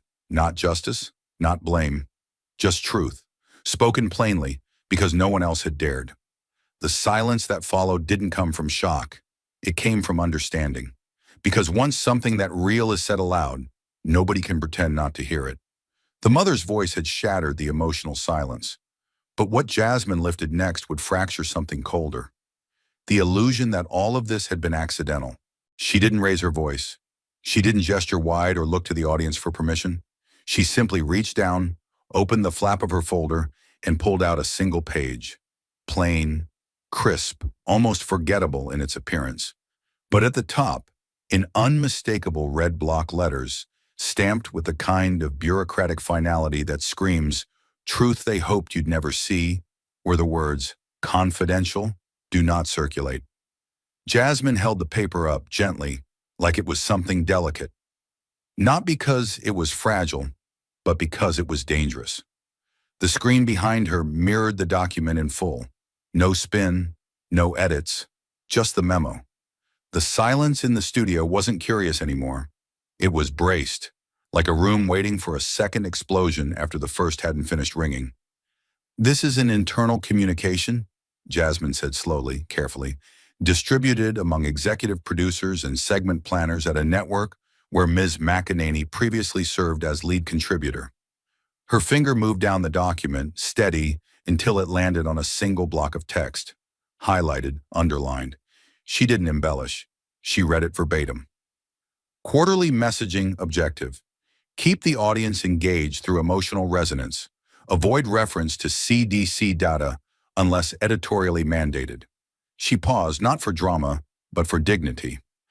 That isn't an accident. That's not a missed citation. That is editorial policy. Approved, rehearsed, executed. Her eyes scanned the audience, not to rally them, but to anchor the truth in every pair of eyes it touched. This isn't about one segment. It's not about a misunderstanding. It's a strategy, a decision to prioritize feeling over fact, fear over clarity, story over science. It means somewhere in a boardroom, someone looked at a chart of human suffering and asked, "Will this keep people watching?" Kaylee didn't interrupt, but her silence had changed. It was no longer the silence of control. It was the silence of a wall cracking from the inside. She exhaled, long, low, the kind of breath people release when they know the version of themselves they've been protecting has just been unmasked in front of millions. Her hand brushed the edge of the table, not to speak, just to steady herself. And then she spoke, quietly, almost absently. "Do you know what the media survives on, Jasmine?" She wasn't deflecting. She wasn't even defending. She sounded like someone who'd worked too long in the machine and no longer believed she could stop its wheels. Her voice was tired but hollow, like something practiced that no longer held its shape. Jasmine didn't hesitate. She didn't soften, but she didn't gloat either. She looked at Kaylee for exactly 1 second longer than politeness required, and then she answered, not as a politician, not as a performer, but as someone who had seen the cost of this system on faces without names. "I know," she said. Her voice was calm, too calm to be anything but sincere. "But people die for what the media lives on." The words landed not like a punch, but like a quiet verdict. Final, irrefutable, not shouted, just placed, with surgical precision, into the center of the room where no one could ignore it. And no one did. Not Kaylee, not the crew, not the audience, not the country watching. Because truth, when spoken without ornament, doesn't need to be loud to be unforgettable. It just has to be real. The silence from Jasmine's final line lingered like smoke in a sealed room. But Kaylee wasn't finished. Not with facts, not with evidence, not even with dignity. What she reached for next wasn't defense. It was sympathy weaponized. She sat straighter, not to tower, but to look smaller. The change was subtle but deliberate. The deflection came not through denial, but through vulnerability. Real or rehearsed, it didn't matter. Her voice, for the first time all night, softened into something almost trembling. "You know, people like me, we get labeled. Manipulators, mouthpieces, puppets," she began, blinking hard like a person holding back a storm no one could see. "But no one ever asks what it costs to sit in this chair, to say something that half the country hates the moment it leaves your mouth." The camera zoomed gently toward her face, catching the moisture rising just behind her words. "I'm a mother too," she said, her eyes landing somewhere between Jasmine and the front row. "I'm a wife. I've sat awake at night watching this country fracture in real time, wondering what kind of world my children will inherit." Her hands, clasped neatly in front of her, tightened almost imperceptibly. "It hurts, and not because of ratings, because I believe in what I say, even if it costs me everything." A hush fell, not admiration, not applause, just the heavy stillness of a room unsure if it was witnessing honesty or performance, and perhaps more dangerously, unsure if it mattered. But Jasmine didn't rush in to retake control. She didn't strike. She waited, absorbing the full shape of what had just been offered. Pain, yes, but curated, directed, embedded like a deflection into the center of the conversation. And then, when the moment had stretched just far enough to make the silence uncomfortable, she responded, not with anger, but with surgical restraint. Her tone was steady, her expression unreadable. "I don't dismiss your feelings," Jasmine said, voice low and even. "I would never tell a woman, a mother, a human being that what she feels isn't real." She paused, not to gather herself, but to separate emotion from evasion. "But I do question what you do with that feeling. I question what happens when pain becomes a tool, when it's polished, packaged, and used not to heal, but to redirect." She leaned forward, not with aggression, but with precision. "I don't deny your emotion. I deny the way you sell it, not as truth, but as bait." There was no dramatic score, no spoken rebuttal, just the slow, invisible recoil of a room that had been pulled in two directions and finally felt the tear. The camera panned gently toward the front row, once the most vocal, the most reactive. Earlier they had cheered, nodded, leaned forward on every beat, but now their energy had drained into something more complex. One man stared down at his lap, unmoving. A woman who had clapped hard earlier now pressed her lips tight, jaw shifting, as if holding back something sour. Another leaned back in his seat and closed his eyes. Not sleeping, not bored, just done. Their silence didn't feel like agreement or rejection. It felt like reckoning, like the moment after impact when even denial starts to collapse. And Jasmine, she didn't smile. She didn't look triumphant. She looked exactly the same. Because she hadn't come to win. She had come to hold the line. And for now, in this precise, volatile silence, she had. Jasmine had listened long enough to justifications, to polished confessions, to weaponized vulnerability. But now she let something else speak, something that didn't blink, didn't flinch, and didn't forget. She reached for a slim remote resting on the desk and pressed a single button. The main screen behind her faded to black, then divided cleanly and silently into 5 separate panels. Each showed a different studio backdrop, a different broadcast date, and Kaylee McEnany in a different outfit. But in every frame, she sat in the same role: commentator, expert, voice of certainty. In the corner of each clip, a timestamp glowed: June, August, September, October, December. Same 6-month window. Then the audio began, not from one clip, but all 5 at once. At first they matched, her voice layered in eerie harmony. There is no evidence that COVID-19 vaccines cause any significant reproductive harm. None. But at 19 seconds, the sync broke. Top left. Of course, long-term effects on fertility haven't been fully studied. That's just honest. Top right. Some OBGYNs are quietly stepping back from earlier endorsements. That matters. Bottom left. We rush the message before the science. People feel betrayed. Bottom right. If you're a mother, you have every right to hesitate. Center screen. December. What we were told a year ago isn't what we know now, and it's okay to say that. Each clip continued for only another 15 seconds, but it was enough. Enough to watch the tone shift, the posture change, the language evolve from confident to cautious, then to suggestive, then fully aligned with public fear. One screen framed her in soft lighting and maternal rhetoric. Another used charts. Another used tears. But in all 5, one thing was missing: any formal correction, no transparency, no acknowledgement of change, no admission of evolving science. Just 5 different performances aimed at 5 different audiences. Jasmine waited for the video to finish before speaking. Her tone didn't spike. It didn't need to. What had just played was louder than any accusation. "This is not artificial intelligence generating a lie," she said, steady and direct. "This is artificial intelligence revealing a pattern." She turned slightly toward the audience now, not to command them, but to ground them. These clips were synchronized to a real-time timeline. No voice was altered. No footage was manipulated. What you saw was how a message can move, not with the truth, but with the ratings. Not with the science, but with the sentiment. Then she paused, just long enough to make the silence settle, just long enough for it to weigh something down in each person watching. This isn't evolution, she continued. This is a strategy, a calibration. And the cost of that calibration is trust, public trust, scientific trust, maternal trust. What you heard over 6 months was not a woman finding her truth. It was a brand repositioning itself for better traction. She didn't look at Kaylee when she said it. She looked at the front row, at the woman who had buried her daughter, at the nurse who hadn't spoken, at the man who had stopped nodding hours ago.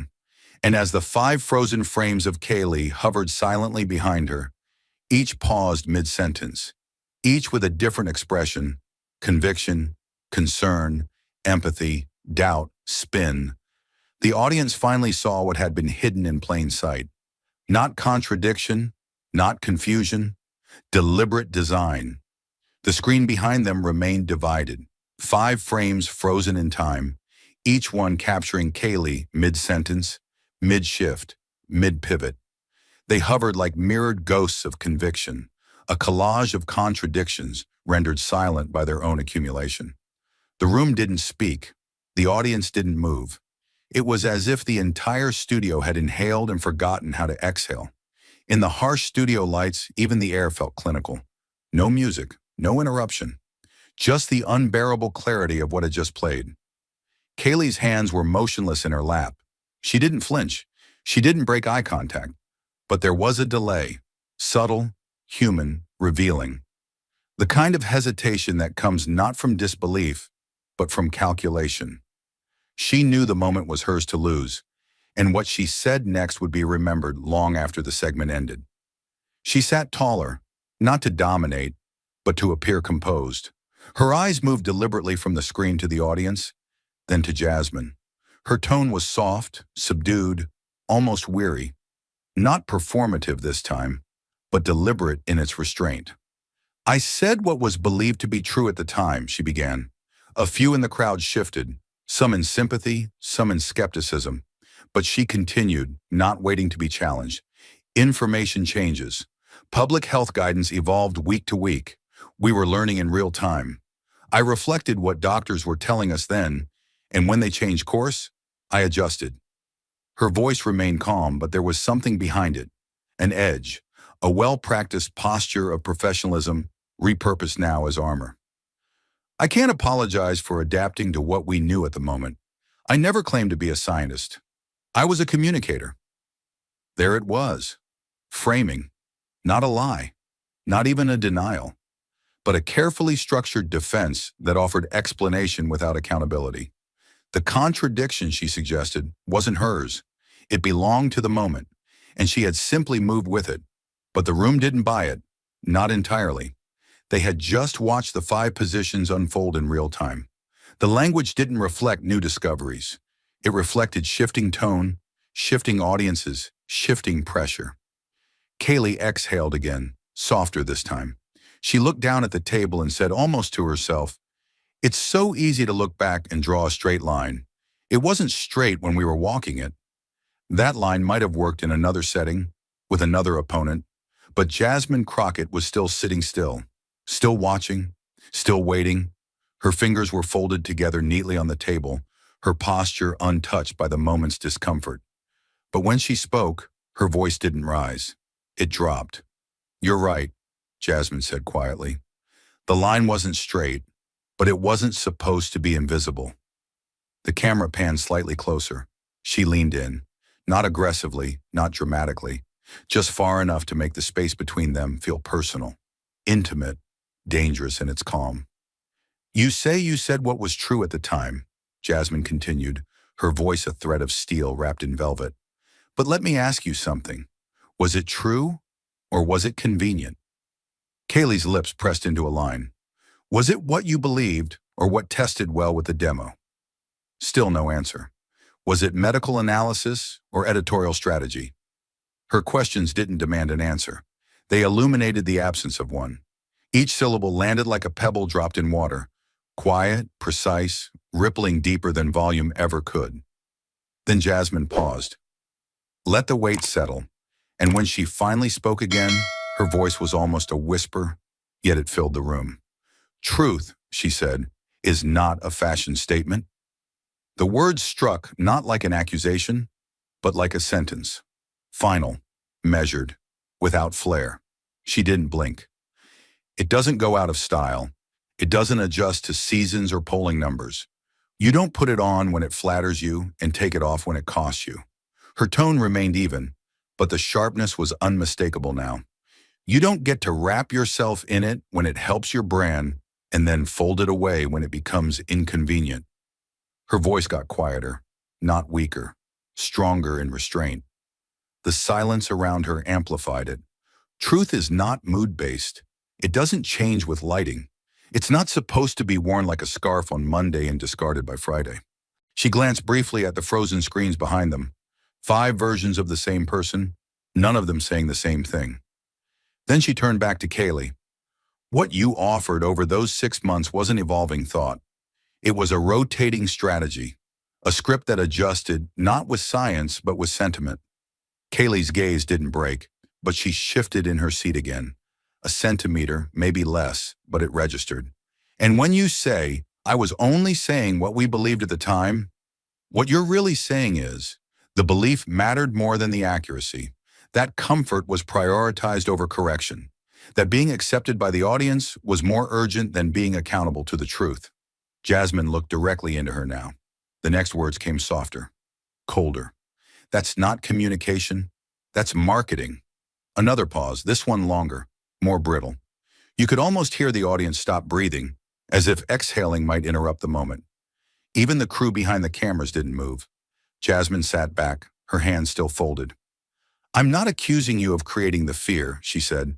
I'm saying you packaged it. You made it digestible. You turned it into rhythm, into tone, into broadcast cadence. You gave fear a face and a voice, and you called it insight. Her voice dropped lower, but somehow rang louder. And then you sold it, segment by segment, appearance by appearance, frame by frame, until what we were watching wasn't truth, but performance. She didn't raise her finger. She didn't point. She didn't need to. Truth is not a costume, Kaylee. You don't unzip it at the end of a taping. You either wear it when it's hard, or you never wore it at all. There it was. No theatrics, just clarity. The camera shifted to the front row. The man who had been nodding earlier now had his hands clasped together, knuckles white, elbows on his knees. The woman who had clapped during Kaylee's last monologue now had her eyes closed. Her expression said it all. She didn't want to agree with Jasmine, but she couldn't pretend not to. No one applauded, no one spoke. And Jasmine, she leaned back in her chair, eyes steady, posture composed, as if she hadn't just delivered a dismantling so quiet, it echoed louder than any scream. Because she hadn't come to win a moment. She had come to hold someone to the moment, and in doing so, she had made clear, truth doesn't bend with mood. It doesn't shift with brand. It either holds or it doesn't belong on air. As Jasmine's final words echoed into stillness, the audience inside the studio held their breath. But far beyond the walls, another audience had already found its voice, and it was shaking the foundation behind the glass. In the darkened control booth overlooking the stage, the stillness didn't last. It shattered in digital flashes. One by one, the monitors began blinking, not from signal loss, but from incoming traffic. Viewer messages, thousands. First a few dozen, then hundreds. Then they began to stack on the monitor wall in rapid succession, flooding the lower third of the screen like a digital panic attack. A red banner blinked in the corner. Incoming queue overload, 1,732 unread. And then the number jumped again. 2,041, 2,756, 3,004. The systems couldn't parse them fast enough, and they all carried some version of the same 3 words. Don't cut feed. The senior broadcast director, a man known for never speaking above a murmur, stood from his chair. He didn't shout. He didn't flinch. But his gaze locked onto the executive producer with the sharpness of someone who suddenly understood they weren't directing a program anymore. They were preserving a moment history would not forgive them for interrupting. You seeing this? He said, voice tight. The producer nodded once, eyes still glued to the master monitor. His phone buzzed again. National news alerts were already echoing what the viewers were saying. Social media was erupting. Not outrage, not scandal. Something rarer. Focus. It was as if the nation, fractured and fatigued for years, had found one moment where silence was not just golden, it was necessary. A junior technician turned in her swivel chair, stunned. "I've never seen this before," she whispered. "They're not reacting. They're begging us not to break it."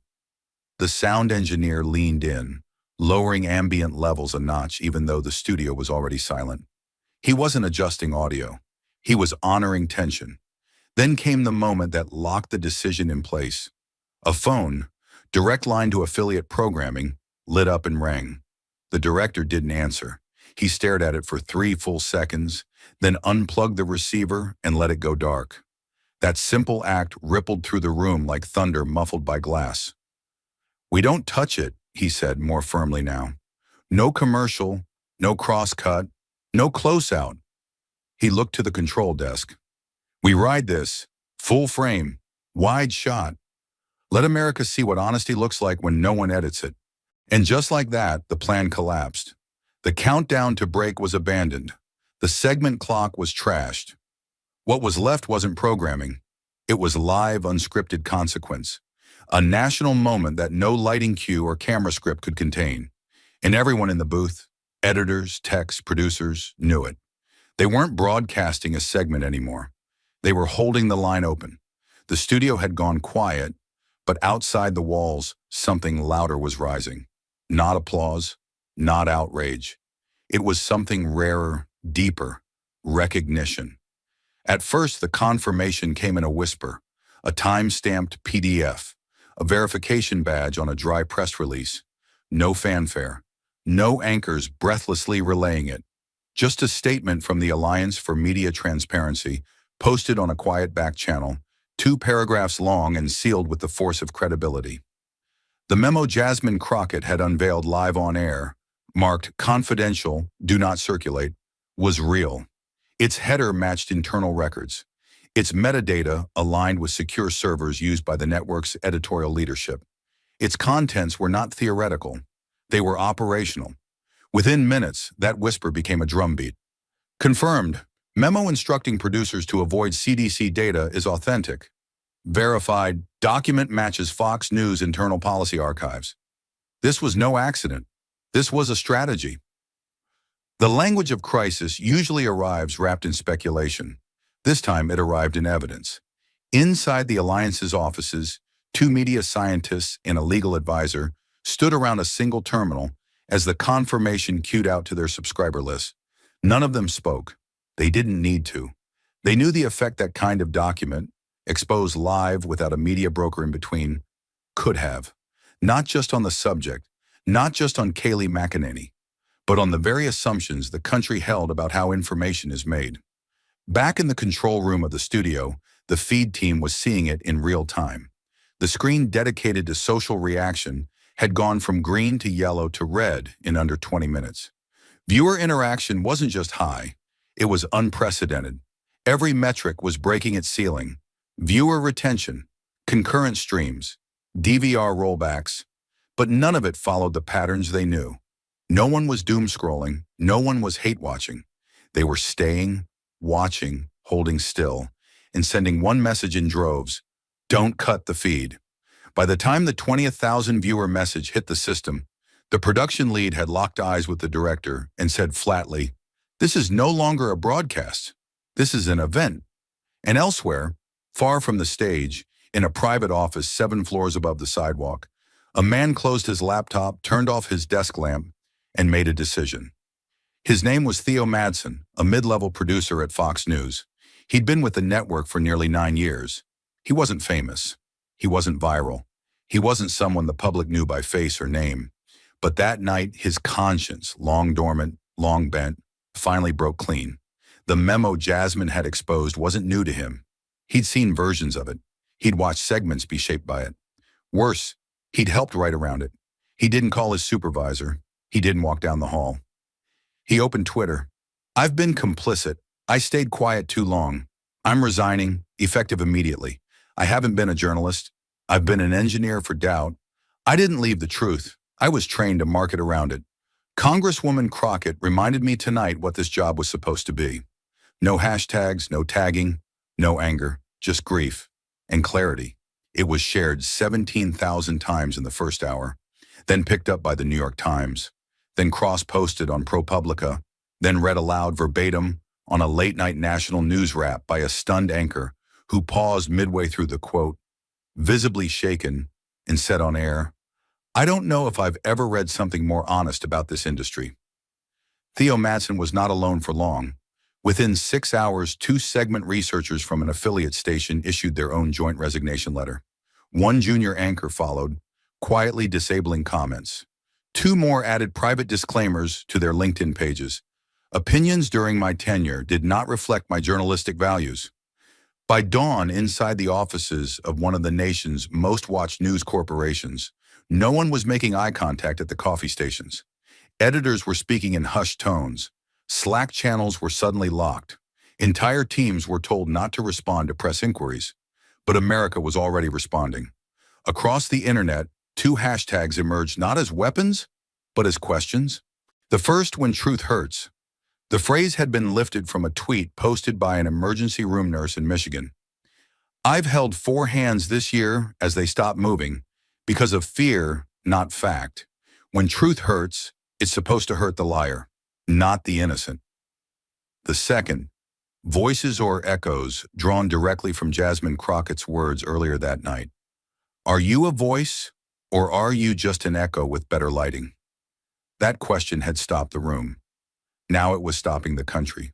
Journalists, teachers, first responders, veterans, scientists, mothers, even marketing executives and former staffers who once built the kind of messaging Jasmine had just torn apart. Many of them began posting, not to weigh in, but to confess. Confess the line they'd stepped over. Confess the article they'd written that wasn't fully honest. Confess the moment they decided fear would get more clicks than fact. Some were angry, others numb, but most were, perhaps for the first time, honest. Even late-night talk shows, typically allergic to sincerity, dropped their punchlines for once. One host opened with, "Usually we try to find the laugh. Tonight we found the line. And for once, nobody's mocking the person who stood on the right side of it." But the most unexpected shift didn't come from television. It came from academia. At 4:12 a.m., the dean of Columbia University's journalism school issued a public letter. It was short, blunt, and unafraid. Tonight was not a scandal, it was a case study. Effective immediately, the faculty has voted to begin designing a new course. Crisis Ethics, Journalism, Emotion, and the Cost of Narrative Control. The primary case will be the Crockett-McEnany broadcast. If we are to teach integrity, we must first name the moments that nearly lost it. Within 12 hours, Northwestern and Georgetown released similar statements of intent. The draft syllabi circulated in private networks were already referencing Jasmine's lines, word for word. Students began petitioning to enroll. And still, Jasmine had not spoken a single word since the show ended. She had not posted. She had not gone live. She had not published a follow-up. But silence had never sounded more full. And above it all, on every trending page, every overlay, every chyron, ran the same 2 lines. "When truth hurts, voices or echoes." Not written by a strategist, not shaped by a campaign, but born organically, unmistakably, in a moment when someone finally refused to flinch. And the country somehow refused to look away. The headlines had slowed. The hashtags had found their rhythm. But 3 days later, the real aftershock arrived. Not in a studio or on a screen, but in a lecture hall where the next generation of truth-tellers waited in rows, pens in hand, staring at the woman who had become the center of a national shift. It was the main auditorium at Columbia University's Graduate School of Journalism. Room 203, a modern amphitheater layered in acoustic paneling and quiet ambition. The seats were filled. Students, faculty, press liaisons who had begged for back row standing room. There were no stage lights, no camera crews. Just one wooden podium beneath soft, overhead lighting, a banner that read, "Crisis and Conscience." the future of media integrity, and a single bottle of water beside a neatly stacked copy of the memo that had changed the national conversation. Jasmine Crockett stood at the podium. No script, no teleprompter, just her voice and the silence it summoned. She had been invited to speak as part of the newly formed Columbia Initiative on Crisis Media Ethics, now a full credit course inspired by the events just 3 days earlier. Professors had disagreed about the curriculum, but not about who should open it. There had been no question. Jasmine wasn't just the subject, she was the spark. And now she was here, not to argue, not to defend, but to ask the room a question it hadn't dared answer on its own. Her tone was steady, her body still. But what she carried into the room wasn't just presence. It was pressure and the ghost of every silence she'd had to endure to get here. She spoke slowly, without performance, like someone who knew the room was already listening. There was no need to raise her voice when the truth already had gravity. "I've been called a lot of things in the last 72 hours, she said. A whistleblower, a disruptor, a politician, a dangerous woman with good timing. The room exhaled a small, nervous laugh. She let it pass. But the one I hear most often, the one said with the most unease, is politician. She let the word hang there, just long enough to feel the discomfort ripple across the room like heat off pavement. I smile when I hear it, she said, eyes locked forward, because what they mean is she doesn't belong here. They mean she's not a journalist, she's not neutral, she has motives. And maybe they're right. I do have motives. I want people to stop dying from fear. I want media to stop pretending ratings are sacred. And I want us to stop forgetting that the microphone is not the most powerful thing in the room. She paused, not for effect, for breath. It's the receiver that matters, she said softer now. The listener, the person at home, alone, scared, with their kids in the next room, wondering if the next pill or shot or vote might kill them or save them. That's who I was speaking to on that stage. Not the panel, not the pundits, them. Silence. No coughs, no papers rustling, just her voice. When people ask why I did it, why I brought the footage, the memo, the receipts, it's not because I wanted to destroy someone's career. I don't believe in public executions of character. I believe in exposing the systems that mold them. She reached for the water bottle but didn't open it. And when they ask why I stayed so calm, why I didn't yell or interrupt or turn it into a spectacle, I tell them this. I've spent my life being taught that if I raise my voice, I lose the room. But if I aim my voice, if I let it travel like a scalpel instead of a grenade, sometimes I get to keep the room awake a little longer. There was stillness. Then she took one final breath and gave them what they would quote long after the lights dimmed. When people call me a politician, I smile, because sometimes politics needs a quiet voice to remind someone that being wrong isn't the same as hating America. But it is forgetting that the people listening are real, with hearts, with children, with tomorrows. She stepped back. Not dramatically, just enough to let the silence claim the space where her words had landed. She didn't bow. She didn't adjust the mic. She simply waited, as if unsure whether the moment had ended or just begun. Then from the far right side of the third row, a voice cleared its throat. A young white student, button-down shirt, hair slightly unkempt, notebook open but untouched, rose slowly. His hand wasn't raised. He didn't wait for permission. He held the wireless mic like it weighed more than it should. "I don't have a question," he said, his voice steady but low, like someone not used to speaking in front of crowds unless he was sure of applause. Jasmine turned toward him, meeting his eyes. She didn't move, but she listened. "I used to believe people like you were here to stir chaos," he said, "to get attention, to break things that didn't need fixing." He glanced at the professor seated behind him.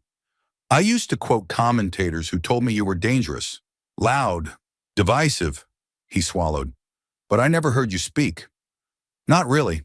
I never listened to you without someone else telling me what to hear." He tightened his grip on the mic, not out of nerves but conviction.